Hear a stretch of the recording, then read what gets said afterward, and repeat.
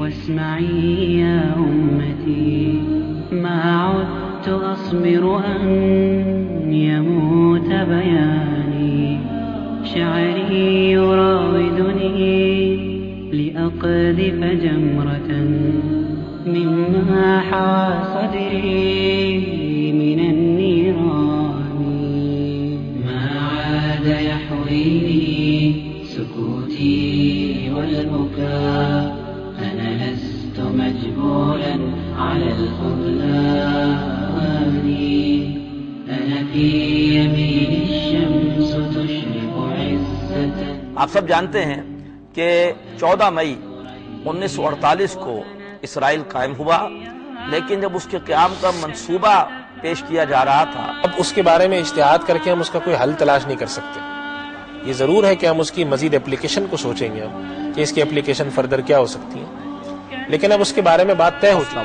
على سوقه يعجب الزراع ليغيظ بهم الكفار وعد الله الذين آمنوا وعملوا الصالحات منهم مغفرة وأجرا عظيما. دنیا کو ایک عدل کا نظام دینے کے لیے اللہ نے جہاد کو حلال کیا. جہاد کی حلت کی یقیناً اور بھی اسباب ہیں. قرآن حکیم سے دوسرا مقام ہے سورۃ النساء کی آیت number 80.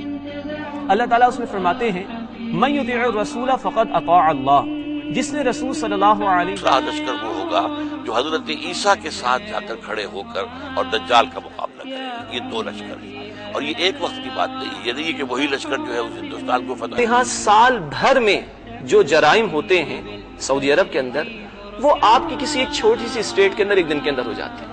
This is the out put ان سزاؤں کی.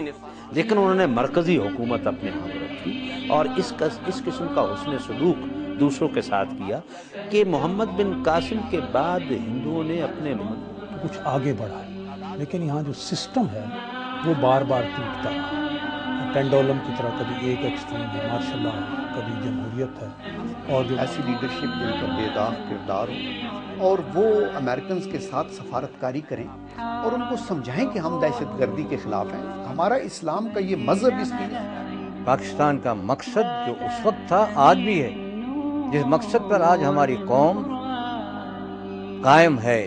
باوجود چائنا کی جاسوسی والی بات تو نہیں ہے، کیونکہ جاسوسی کے لیے آپ کو ایمبیسی میں نہیں رکھنے ہوتے، کئی اور طریقے ہیں آج کل جاسوسی کرنے کے لیے. لیکن بڑی آرگنائزیشن جو ہوتی ہے، بڑی سسٹم جو ہے وہ ہمیشہ قائم و دائم رہے گا. لیکن فورن سیکرٹری جنرل نیٹو نے اس کو کہا کہ نہیں یہ غلط ہے، اسلام ابھی تک میدان میں ہے اور وہ ایک متبادل نظام.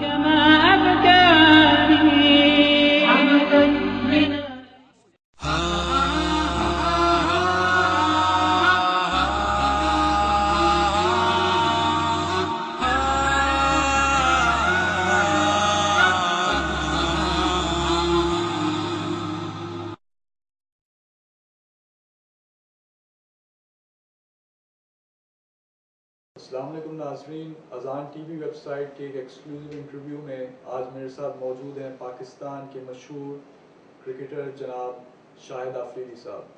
السلام علیکم شاہد بھائی. وعلیکم السلام. کیسے ہیں آپ؟ اللہ کا شکر ہے. سب سے پہلے تو میں آپ کو مبارکباد پیش کرنا چاہوں گا کہ آپ جو بھی سیریز جیت کر آ رہے ہیں نیوزی لینڈ کے خلاف.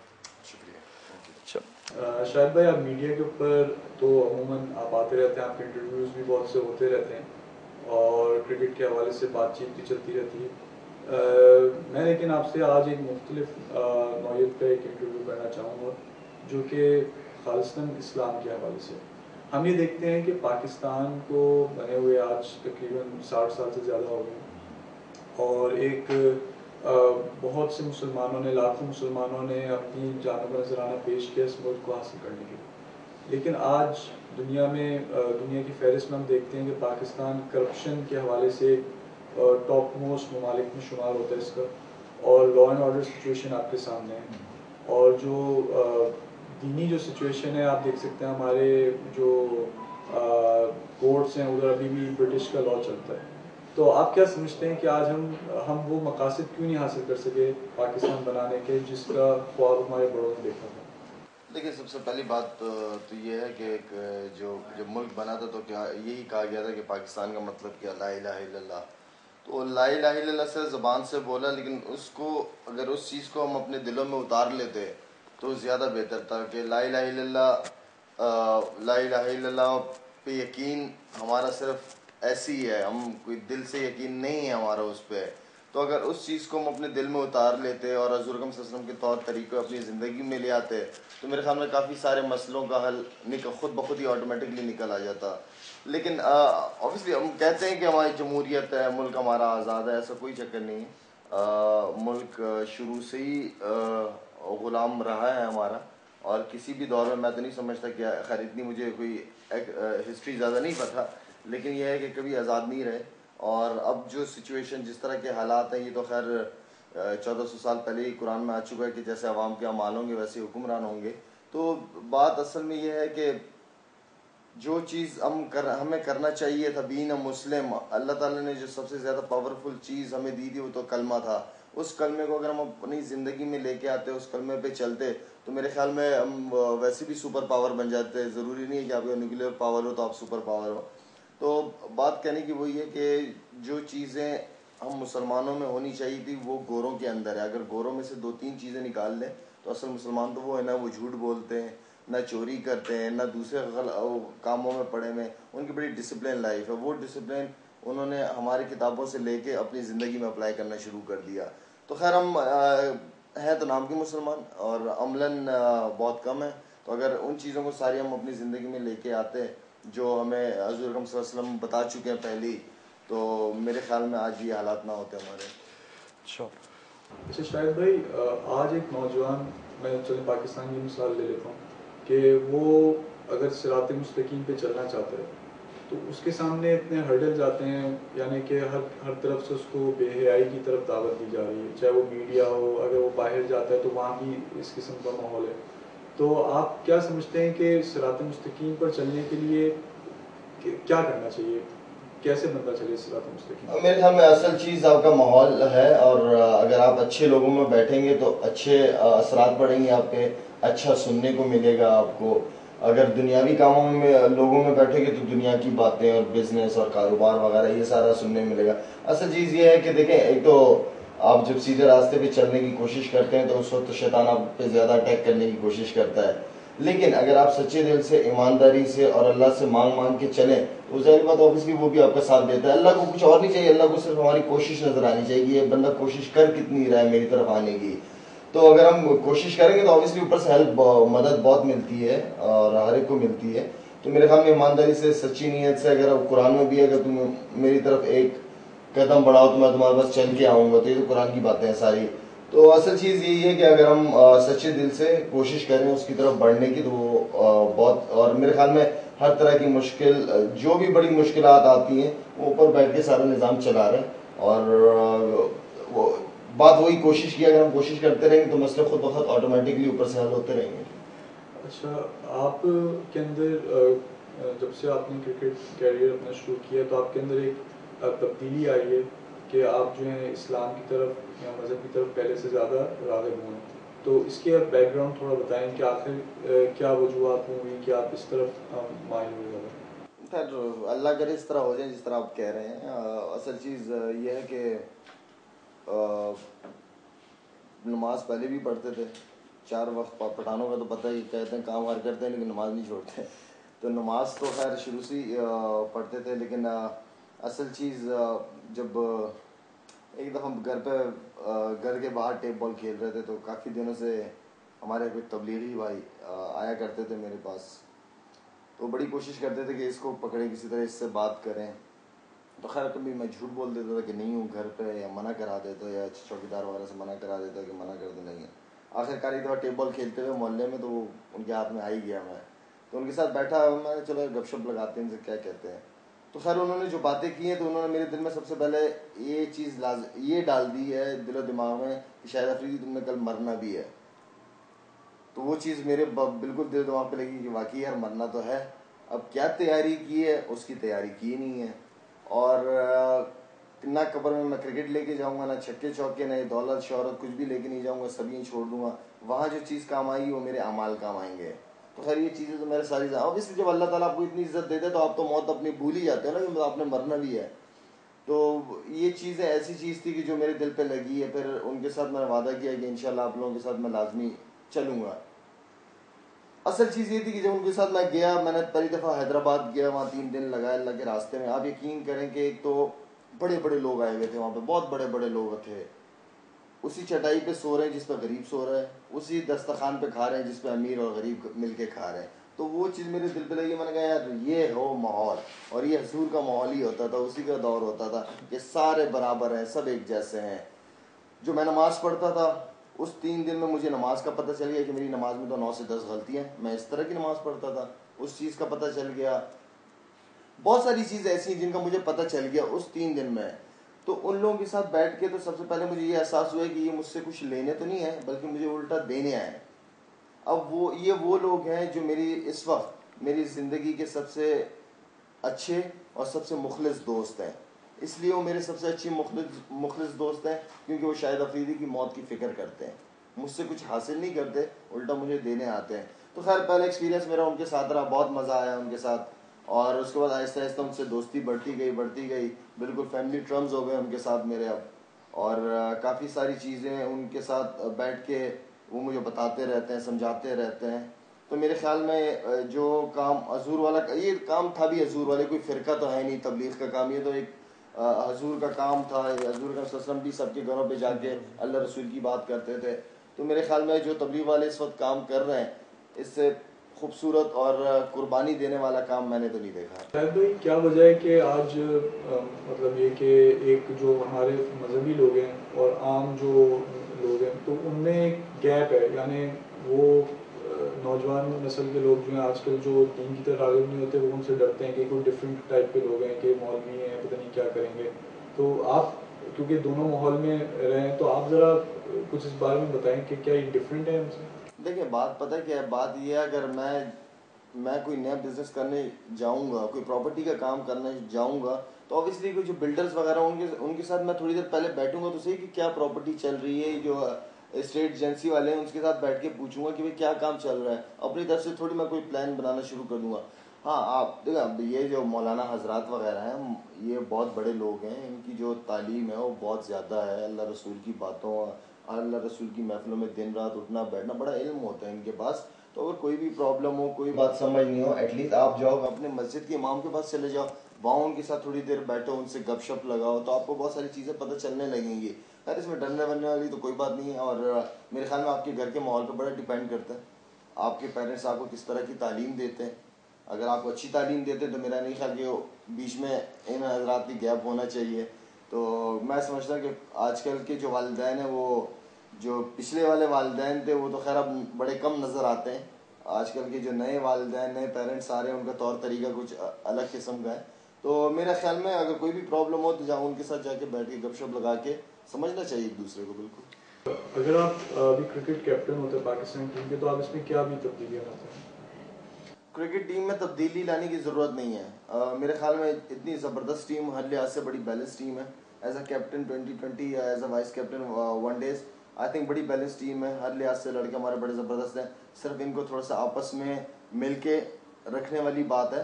اور بس وہی والی بات ہے کہ اگر ہمارے ملک کے لوگ آپس میں ایک ہو جائیں تو یہ پاکستان بہت آگے جائے. تو یہ ہماری ٹیم کی بات ہے کہ صرف تھوڑے سے ملنے کی بات ہے. کمیونیکیشن گیپ کم ہونا چاہیے. اگر کسی کو کسی سے مسئلہ تو جا کے اس کو بول دینا چاہیے، ڈرنا نہیں چاہیے کسی چیز سے. تو میرے خیال میں اگر ان چیزوں کو حل کر دیا جائے تو we are on the top. اچھا شاہد بھائی، آپ کو پتہ ہے کہ اللہ تعالیٰ نے آپ کو ایک شہرت دی ہے اور یوتھ جو ہے وہ آپ کو آپ جو بھی کرتے ہیں اس کو دیکھ کے انسپائرڈ ہوتے ہیں. تو آپ کو کبھی اس ذمہ داری کا احساس ہوتا ہے کہ صرف میری اپنی آخرت نہیں ہے بلکہ مجھے پیچھے اور بھی بہت سے دیکھنے والے لوگ ہیں جو میرے ٹریک پہ چلیں گے؟ آئی تھنک یہ اچھی بات کی آپ نے. میرے خیال میں اگر آپ سعید انور اور جنید جمشید وغیرہ کی زندگی دیکھ لیں تو بڑی خوبصورت زندگی گزار رہے ہیں. جو وہ کہہ رہے ہیں کہ ہمیں جو مزہ اب آ رہا ہے زندگی گزارنے کا وہ پہلے نہیں تھا. اور آئی تھنک کافی ساری یوتھ جو ہے وہ اس کو ان چیزوں کو فالو کر رہی ہے. تو ڈیفینیٹلی بات دیکھیں اب اگر میں آپ سے کوئی اچھی بات کروں، جب تک میں اس اچھی بات کو خود فالو نہ کروں تو آپ پہ بھی اثر نہیں ہوگا. تو بات یہ ہے کہ جب تک میں خود اپنے آپ کو ایک اچھا مسلمان نہ بناؤں اور کیا میں دوسروں کو جا کے بات کروں گا. تو پہلے میری اپنی کوشش ہے کہ میں اپنے آپ کو ایک ٹھیک کروں، ایک اچھا مسلمان کی شکل میں اپنے آپ کو لے کے آؤں. اور میری خواہش ہے کہ میں اچھا مسلمان، اچھا کرکٹر بنوں یا نہ بنوں، لیکن ایک اچھا مسلمان بننا میرے لیے بہت ضروری ہے. اور اچھا مسلمان بننے کے لیے اوبیسلی آپ کو قربانیاں بھی دینی پڑتی ہیں. جس طرح دنیاوی تعلیم حاصل کرنے کے لیے آپ اسکول کالجز میں جاتے ہیں, تو دینی تعلیم حاصل کرنے کے لیے آپ کو اللہ کے راستے پہ نکلنا پڑے گا.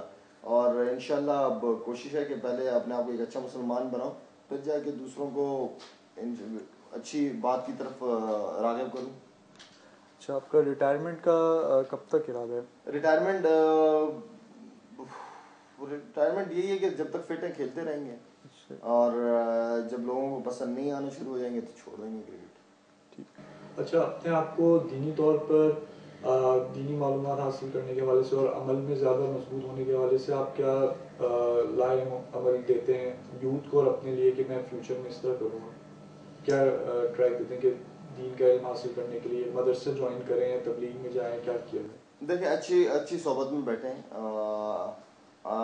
جائیں مدرسے میں بھی جائیں, جو آپ کی مسجد کے امام ہیں ان کے ساتھ بھی جا کے بیٹھیں. کوئی بھی پرابلم ہو کسی بھی چیز کی ہو تو آپ ان سے جا کے ڈسکس کر سکتے ہیں.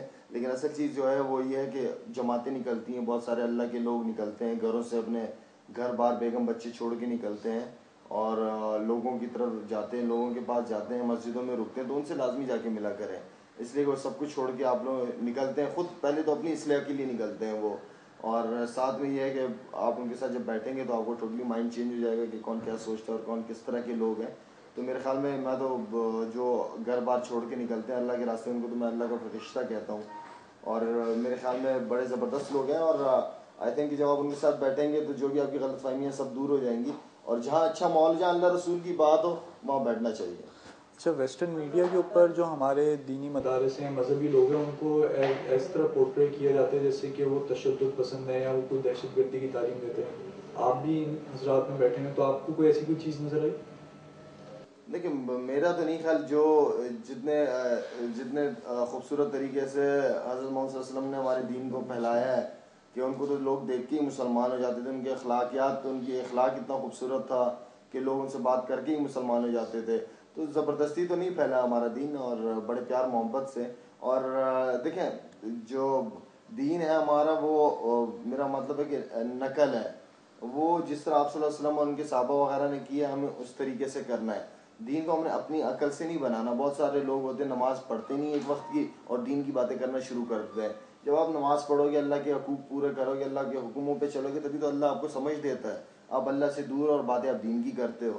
تو میرا مطلب ہے کہ پتہ ہونا چاہیے, صرف اپنے دماغ کو استعمال نہیں کرنا چاہیے. جو آپ صلی اللہ علیہ وسلم اور ان کے صحابوں نے کیا ہم نے اس طرح کرنا ہے, اسی میں ہماری بہتری ہے. اچھا, آپ اتنے ٹورز میں دنیا میں گئے, گلوبلی پھرے, تو کوئی ایسا منفرد واقعہ جو آپ کے ساتھ پیش آیا ہو جو آپ ہمارے ساتھ شیئر کرنا چاہتے ہیں؟ واقعہ ایسے تو کوئی خیر کوئی خاص تو کچھ نہیں ہوا. باقی یہ ہے کہ بہت ساری جماعتیں جاتی ہیں, ساؤتھ افریقہ وغیرہ, ویسٹ انڈیز وغیرہ. ویسٹ انڈیز جیسے ملک میں بھی ہمیں تبلیغ والے نظر آ جاتے ہیں. اور میرا مطلب ہے کہ یہ لوگ تو وہ لوگ ہیں کہ جو دنیا کا نقشہ ان کے سامنے ہوتا ہے, دیکھتے ہیں کہ ہم لوگ کہاں نہیں پہنچے ابھی تک, جہاں اللہ کی بات ہم نے پہنچائی نہ ہو. تو افریقہ کے جنگلوں میں بھی گئے ہیں, وہاں بھی اگر ہم گئے ہیں سفاری پہ تو وہاں پہ بھی ہمیں نظر آئے. تو اس سے بڑی میرے خیال میں اور کوئی بات نہیں ہو سکتی کہ ویسٹ انڈیز جیسے ملک میں ہم سوچ نہیں سکتے, وہاں پہ بھی ہمیں بیچارے نظر آئے. اینڈ میں چاہوں گا کہ آپ ہمارے یوتھ کو, پاکستان کے مسلمان جو یوتھ ہیں ان کو ایسا میسج دیں کہ کامیابی کا راستہ کیا ہے. دیکھیں جس کی زندگی میں دیکھیں اللہ کو جاننا سب سے بڑا علم ہے اس دنیا کا. اور میرے خیال میں اگر اس چیز کو اگر ہم پہچانیں اور اس چیز کو اپنی بیسک بنائیں, تو میرا نہیں خیال کہ ہمیں کسی بھی چیز کی کوئی پرابلم ہو سکتی ہے یا کوئی بندہ ہمیں غلط راستہ دکھا سکتا ہے. تو جتنا ہو سکے اچھے ماحول میں بیٹھیں, اچھے لوگوں میں بیٹھیں, اپنے دین کو پہچاننے کی کوشش کریں اور اس کو لوگوں تک پہنچائیں. اپنے علم اپنے حد تک نہ رکھیں, ہو سکے تو لوگوں تک بچائیں. آج کل اگر آپ کسی سے بات کرتے ہیں جو زیادہ تبلیغ والوں کے بارے میں کہتے ہیں کہ آپ مسلمانوں کو ہی کیوں تبلیغ کر رہے ہو, تو اصل بات یہ کہ مسلمانوں کو ہی تبلیغ ضرورت ہے. وہ کہتے ہیں کہ 100 غیر مسلم کو مسلمان کرنے سے بہتر ہے ایک مسلمان کو ٹھیک کر دینا, کہ جس نے کلمہ پڑھا ہے اس کو ٹھیک کرنا, یہ سب سے بڑی ذمہ داری ہے. اگر کلمے والا ہے, جو کلمہ پڑھنے والا ہی بگڑ جائے تو آگے کتنے لوگوں تک میسج پہنچا رہا ہے کہ میں مسلمان ہوں اور کام یہ سارے 2 نمبر ہیں. تو اصل چیز یہ ہے کہ جتنا ہو سکے اللہ رسول کی بات, ایک دوسرے سے ہم ہر طرح کی بات کرتے ہیں, ہر طرح کی گیدرنگ میں بیٹھتے ہیں, بزنس کرکٹ کی باتیں کرتے ہیں, تو ہمیں ایٹ لیسٹ اللہ رسول کی بات بھی کرنی چاہیے. شاید ایک سوال یہ ہے کہ جب آپ گراؤنڈ میں ہوتے ہیں تو جو انگریز لوگ ہوتے ہیں ان کا اکثر ایٹیچیوڈ کیسا ہوتا ہے؟ دیکھیں اصل چیز یہ ہے کہ جتنے بھی گورے ہمارے ساتھ کھیل رہے ہوتے ہیں اوبیسلی وہ تو یا 2 چینل دیکھیں CNN یا BBC وغیرہ دیکھتے ہیں, ان پہ جو مسلمانوں کے خلاف جو بھی دکھایا جاتا ہے وہ بڑا نیگیٹو دکھایا جاتا ہے. لیکن ایک بات میں آپ کو بتاؤں کہ گوروں کو ہے ایگو پرابلم. وہ ایگو پرابلم ہے, انہیں پتہ ہے کہ جو مسلمان لوگ ہیں یہ سب سے سچے اور سب سے زبردست لوگ ہیں, لیکن عملاً نہیں ہیں ان کے, اس لیے کہ وہ بہت ساری چیزیں ہماری کتاب میں سے لے کے فالو کر رہے ہیں, لیکن ایگو پرابلم کی وجہ سے وہ اس طرف آتے نہیں ہیں. لیکن جو آ گئے ہیں وہ پھر ماشاءاللہ سے کافی ساری مثالیں ہیں, کافی سارے نام اس طرح ہیں.